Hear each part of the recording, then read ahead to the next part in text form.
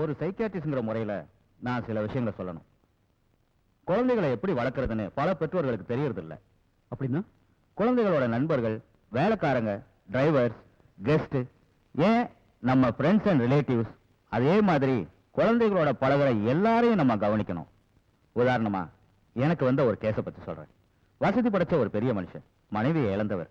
அவருக்கு 2 பெண் குழந்தைங்க. குழந்தைங்க மேல உள்ள பாசத்தால அவர் வேற கல்யாணமே பண்ணிக்கல. இளம கோளாறுனால தன் சுயநலத்துக்கு அடிமையானவர் சில பெண்களோட உடல் உறவு கொள்றத மூத்த குழந்தை பார்க்க வேண்டியதாயிடுச்சு. தன் தாயார போல சாயல் உள்ள தங்கச்சி அப்ப அதிகமா நேசிக்கிறாரோங்கிற சந்தேகமும் அவளுக்கு பிரச்சனை ஆயிடுச்சு. அதனால சந்தர்ப்பமும் சூழ்நிலையும் உடலில் சில ஹார்மோன்ஸும் எல்லாம் சேர்ந்து 20 வயசுக்கு முன்னாலேயே அந்த குழந்தைய நிம்போமேனியாக், அதாவது அதிக காமவெறிங்கிற மனநோய்க்கு அடிமையாக்கிடுச்சு. அவளுக்கு அவளோட விருப்பம் தான் முக்கியம் ஆயிடுச்சு. அப்புறம் சொல்றேன். எல்லாருக்கும் நல்லவரா இருந்த அவர் மிஸ்டர் KPR மூர்த்தி.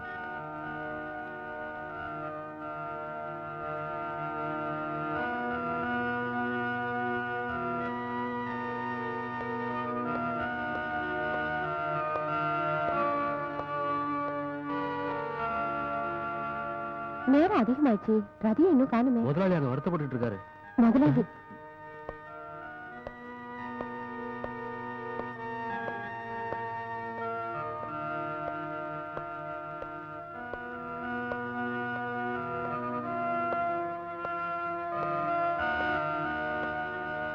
நீங்க போய் படுத்துக்கங்க.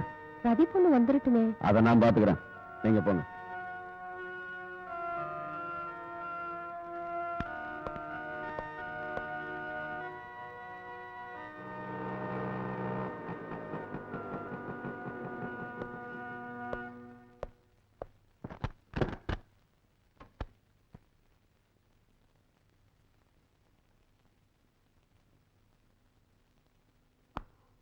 ரதி,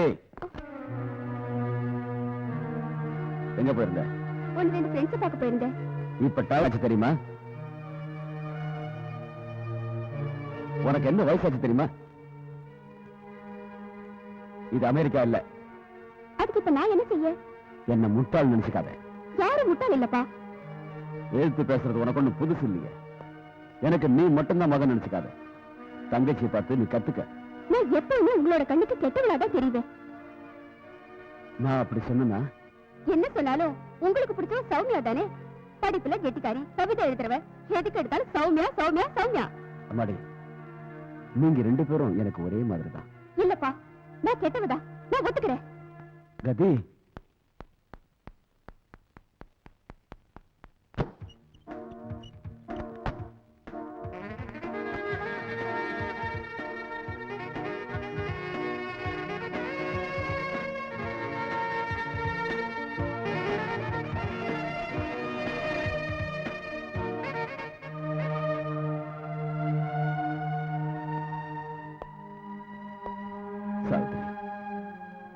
நம்ம பெரிய பொண்ணு என்ன ரொம்ப நோக்கடிக்கிறா.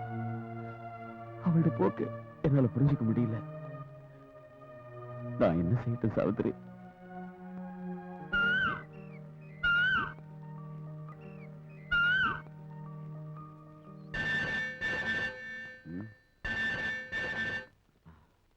S, Murthy here. யாரு? பாஸ்கரா? எங்க இருந்து? ஏர்போர்ட்ல இருந்தா? நீ அங்கே வெயிட் பண்ணு, நான் வந்துடுறேன். ஓகே பிரபாகரா? ஐயா. பிரபாகரா, சிங்கப்பூர்ல இருந்து என் ஃப்ரெண்ட் ஒருத்தன் வந்திருக்கான். ஏர்போர்ட் போகணும். கோபி கிட்ட வண்டி ரெடி பண்ண சொல்லு. சரிங்க. மத்தியானம் நல்ல சாப்பாடு வேணும். ரதி எழுந்திருந்தாள்னா வர சொல்லு. சரிங்க. கோபி, கோபி, என்ன முதலாளி ஏர்போர்ட்டுக்கு போகணுமா? சீக்கிரம் வண்டி ரெடி பண்ணு.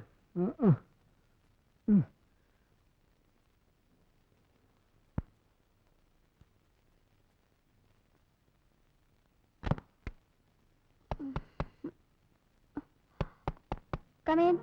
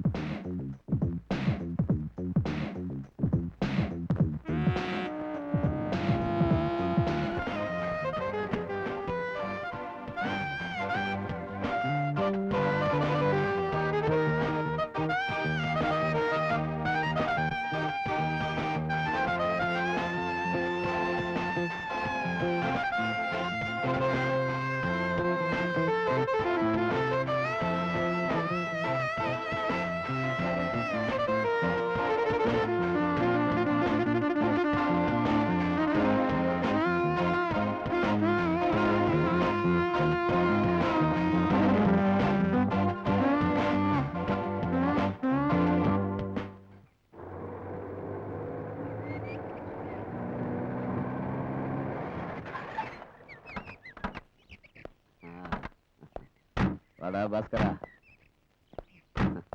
வா. ரத்தி, ரத்தி, சீக்கிரம் வா.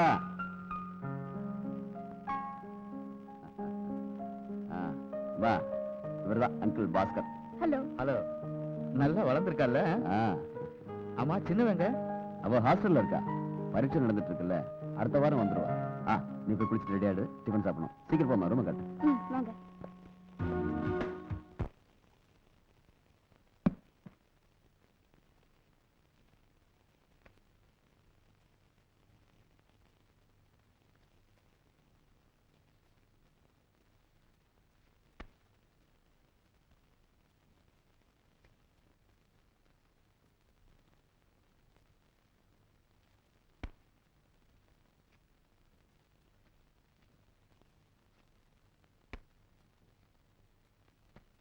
முதலாளி, அதையும் போட போறீங்க?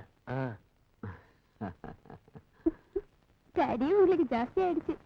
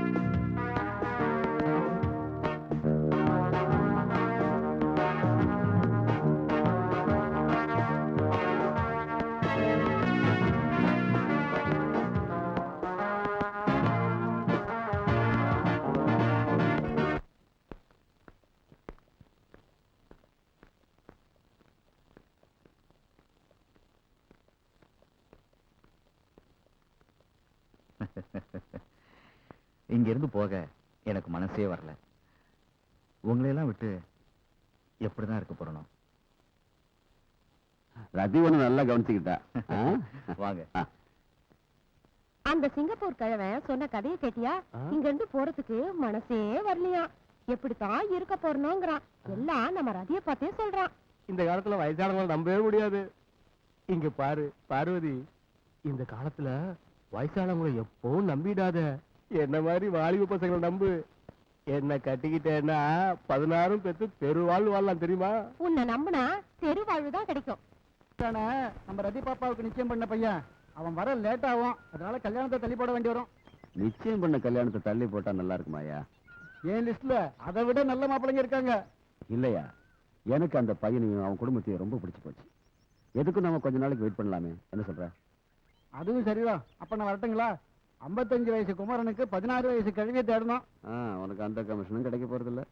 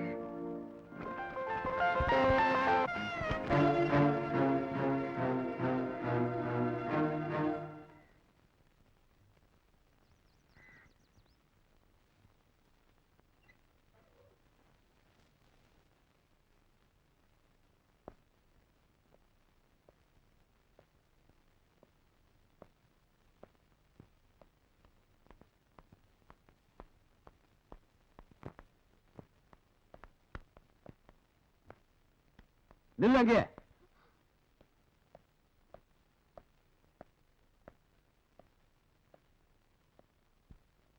எங்க போயிட்டு வர? ஒன்னதான் கேக்குறேன்.